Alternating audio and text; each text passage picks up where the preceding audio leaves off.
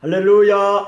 오늘 삼성반도체 직장 신우회 에베네셀 35주년 홈커밍 데이를 하나님 앞에 올려드리게 되어 감사를 드립니다.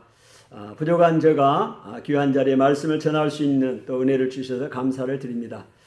제가 며칠 전에 시골에 계신 저희 어머님과 통화를 하게 됐습니다.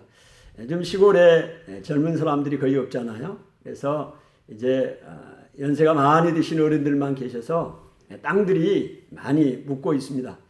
그래서 외부의 그 사람들이 들어오셔서 또 땅을 차입해서 그곳에 농사를 짓는데요. 저희 마을에도 그 유자 농사를 크게 짓는 분이 계시는데 저희 어머님이 그곳에서 이제 유자도 줍고 하는 일을 좀 하고 계시더라고요. 그러면서 그 사장님이 연세가 저하고 같다고 그래요. 그래서 어머님이 속으로 우리 아들도 조금 있으면 해갑이네 했다고 그래요. 제가 그 해갑이라는 단어를 들으면서 해갑 아니 해갑이라니 참 인정하고 싶지 않은 그런 단어고 굉장히 생소한 단어였습니다. 그러나 세월은 우리를 기다려주지 않는 것 같습니다. 제가 그 삼성에 입사한 지 약 30년이 돼서 이제 10년 동안 LCD에서 근무를 하고 이제 퇴사를 한 지 벌써 20년이 세월이 지났습니다. 이 시간들을 돌아보면서 참 시간이 빠르게 지나구나 생각을 합니다. 삼성 우리 반도체 에베네셀 신유에서 10년 동안 그 활동할 때에도 참 오랜 세월 기억이라고 생각이 되는데 지금 목회를 한 지 20년이 됐는데 어떻게 지나가는지 훌쩍 지나갔다는 생각을 하게 됩니다.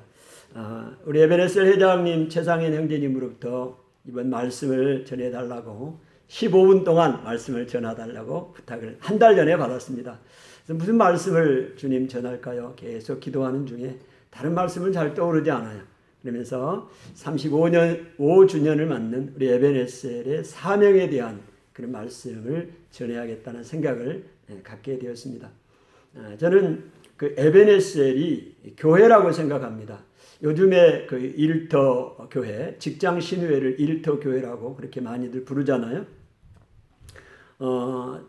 저는 에베네셀 이 신우회가 교회라는 생각을 하고 있습니다. 교회의 정의가 세상에서 불러낸 사람들의 모임이라고 생각하면 에베네셀은 35년 된 교회입니다. 그래서 우리 에베네셀이 교회다는 사실을 먼저 말씀을 드리고 싶습니다. 또 이제 그게 어떻게 가능하냐 그렇게 생각할 수 있는 사람들도 있겠죠. 저는 가능하다고 봅니다. 예를 들어서 제가 월요일 날 특별한 일이 없으면 청계산 기도원에 가게 됩니다.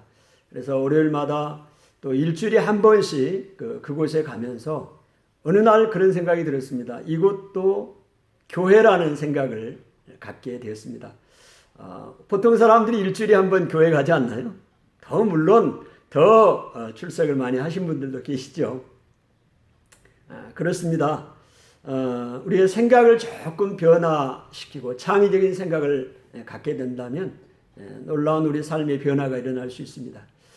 저에게는 또 하나의 교회가 있는데요. 사이버 교회입니다. 성도는 약 500명 정도 되고요. 무슨 근거로 교회라고 이야기를 하느냐.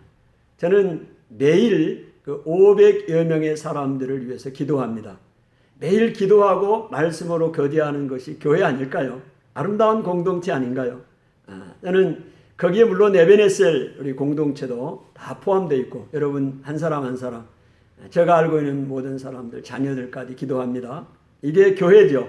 오늘 여러분들은 복받은 사람입니다. 누군가를 위해서 기도를 하고 누군가가 나를 위해서 매일 기도해 줄 수 있는 것처럼 축복된 공동체가 어디 있겠어요? 그러면 그게 에베네셀 교회고 에베네셀 공동체입니다. 교회에 주신 복이 있죠. 시편 133편에 보면 보라 형제가 연합하여 동거함이 어찌 그리 선하고 아름다운고 머리에 있는 보배로운 기름이 수염 곧 아론의 수염에 흘러서 그의 옷깃에 흘림 같고 헐몬의 이슬이 시온 산들의 내림 같도다. 내가 거기서 복을 명령하셨으니 영생이로다 말씀하고 있습니다.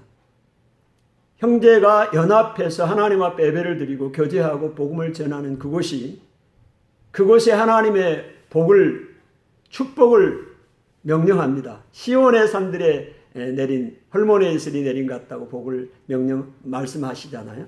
또 그곳에 영생을 약속하시고 말씀하십니다. 함께 모여 예배하고 복음을 전하는 그곳에 영생이 있는 그 공동체, 그 교회에 영생이 있습니다. 오늘 우리가 모여서 예배하고 또 복음을 전하는 에베네셀 이 공동체에 많은 사람들이 들어와 영생을 얻게 되는 것이죠. 구원을 얻게 되는 것입니다. 이게 놀라운 교회에 주신 복입니다. 요한계시록 11장에 보면 두 증인의 환상이 나옵니다. 이 두 증인은 이 땅의 주 앞에 서 있는 사자입니다. 그들의 두 증인이 누구냐? 교회를 상징합니다. 이들의 사명은 예수 그리스도가 이 땅의 왕인 것을 증언하는 사명입니다. 오늘 에베네셀 공동체는 예수 그리스도가 이 땅의 왕인 것을 증언하는 자들 아닙니까?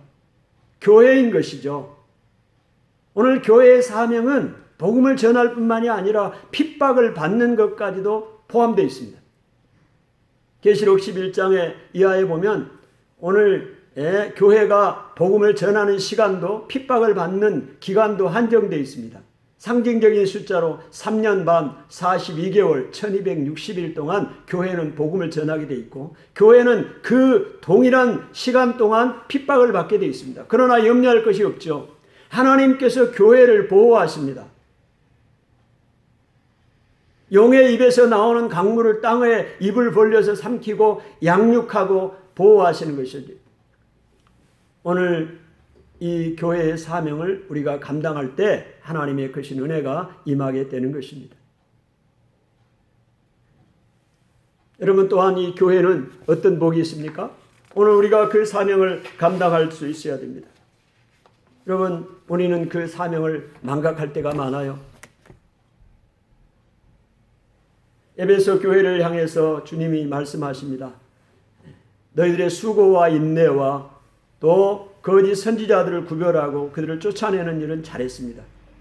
그러나 책망할 것이 있는데 처음 사랑을 버렸다고 말합니다. 처음 사랑이 무엇인가요? 하나님을 향한 사랑과 형제를 향한, 이웃을 향한 사랑입니다. 그것을 버려버렸어요. 다른 일을 하는 데 열중하다 보니까 그 사랑은 버려버린 거죠. 그래서 말씀합니다. 너희가 어디서 떨어진 것을 알고 회개하고 처음 행위를 가지라고 말합니다. 사랑하는 여러분, 사랑하는 오비 여러분, 여러분 30년 전에 90명이 이곳에 모여서 함께 하나님을 뜨겁게 사랑하고 찬양하고 복음의 열정을 불태웠던 그런 열정을 지금도 가지고 계신가요? 아니면 혹시 그 사랑들을 다 버려버리지는 않으셨나요? 어디서 그 사랑이 떨어졌는가를 여러분이 아셔야 합니다. 그 원인이 무엇인가요? 먹고 마시고 있는 문제 때문에 그런가요? 이제는 우리는 그 문제는 초월할 수 있어야 합니다. 초월하셔야 됩니다. 왜 초월할 수 있나요? 마태복음 6장 31절 32절에 주님이 말씀하십니다.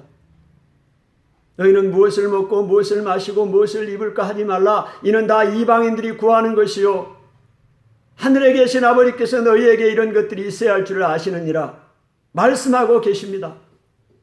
여러분 너희는 먼저 그의 나라와 그의 의를 구하라. 그리하면 이 모든 것을 너희에게 더하시리라 분명하게 약속하고 있습니다. 오늘 우리가 이 문제는 굉장히 중요하죠. 얼마 전에 저희 아내가 목사님들, 동기 목사님들, 사모님들의 모임이 있습니다. 한 대여섯 분 모이는데요. 그 모임에 갔다 와서 저에게 하는 말이, 목사님, 다른 분들은 다 본인들의 교회도 있고 본인들의 집들도 있는데 우리만 아무것도 없어요. 그래요. 저는 그 시편 142편 5절 다윗의 그 고백을 듣고 위로를 받았습니다. 다윗은 이렇게 고백합니다. 주는 나의 피난처 시오니 살아있는 동안 나의 분기식입니다. 오늘 우리가 살아있는 동안 우리의 분기식 여호와하고 주님입니다. 살아있는 동안 우리의 기업이, 나의 기업이 여호와입니다. 여러분, 먹고 마시고 입는 것이 문제가 아니에요. 하나님이 기업이고 하나님이 우리의 필요를 채우시는 하나님이신 것입니다. 할렐루야! 여러분, 이것은 맡기셔야 돼요. 그의 나라와 그의 의를 먼저 구하셔야 합니다. 그러면 하나님께서 여러분의 필요를 차고 넘치게 채우시는 하나님이십니다. 그것을 약속하고 계신 것이죠.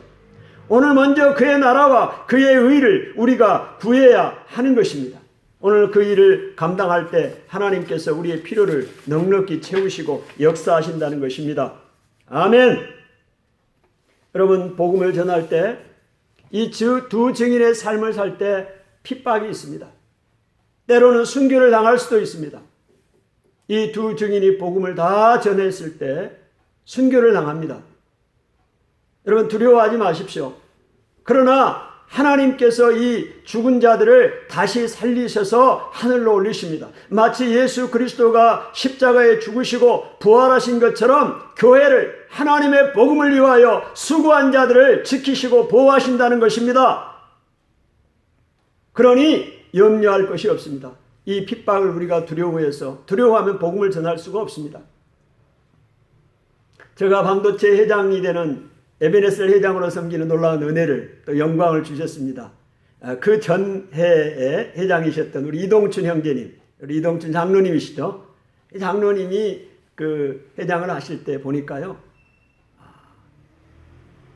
그냥 인사부장의 호출이 심심하면 있어요.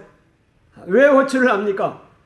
반도체 내에서 에베네셀 모임을 갖지 못하도록 하는 것이죠. 그래서 모임 장소가 계속 변경이 됩니다. 식당에서 또 강의실로 또 성신교회로 갔다가 또 돌아왔다가, 여러분, 인사부장에게 이렇게 불려다니는 것은 핍박입니다. 그래도 우리 회장님이 잘 감당하시더라고요. 오늘 또 동역의 중요성도 있죠. 함께 동역할 수 있기 때문에 가능한 부분이라고 또 생각을 합니다. 오늘 하나님께서 오늘 복음을 위해서 우리가 핍박을 받아야 됩니다. 여러분, 직장 안에서 복음을 전하고 에베네셀 모임을 한다는 것이 얼마나 큰 희생이고 핍박입니까? 회사에서 왕따를 당할 수도 있습니다. 여러분의 직장에서 복음을 전하고 여러분의 삶에서 하나님의 사람으로 증인으로 살아간다는 거 굉장히 어려운 일입니다. 때로는 퇴사를 할 수도 있고 순교를 당할 수도 있습니다. 하나님, 그러나 이것을 우리가 알고 감당할 때 하나님의 놀라운 역사를 감당하고 교회의 사명을 감당하게 되는 것이죠. 여러분, 에베네셀이 교회라는 말씀을 제가 말씀을 드렸잖아요.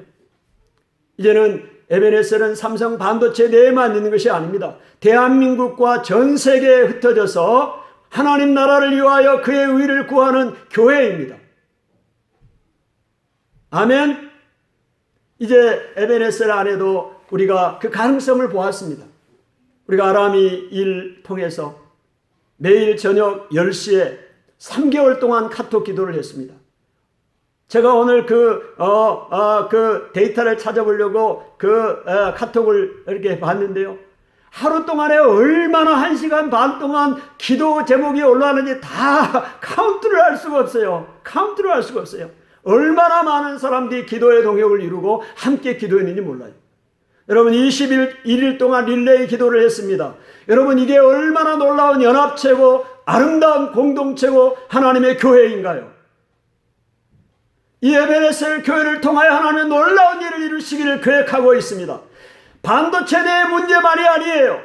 이 대한민국과 전 세계를 커버할 수 있는 영적인 공동체로 하나님이 세우셨다는 것입니다. 여러분이 이 마지막 시대에 오늘 우리에게 주신 사명이 있어요. 교회에 주신 사명이 있습니다. 우리가 있는 곳에서 하나님 나라를 위하여 헌신하고 수고할 때 하나님의 놀라운 역사가 일어나게 되는 것이죠. 오늘 35주년 에베네셀 홈커밍 데이, 하나님 각지에 흩어져서 살아가는 오비들, 또 반도체 내에서 주의 복음을 위하여 헌신하는 사랑하는 우리 아이비 형제님들, 오늘 에베네셀은 단순한 직장 내 신우의 모임으로 끝나는 게 아닙니다. 영적인 교회입니다. 이 대한민국과 이 민족과 캠퍼스와 더 나아가서는 직장과 하나님 전 세계 영적인 파워를 형성할 수 있는 영적인 공동체 교회인 것을 기억하시고 우리가 함께 기도하고 격려하고 모이고 하나님 나라를 추구해가면 놀라운 부흥을 하나님의 역사를 이 에베네셀을 통하여 이루실 것입니다. 하나님의 크신 은혜가 여러분의 삶 가운데 충만하기를 축복합니다. 감사합니다.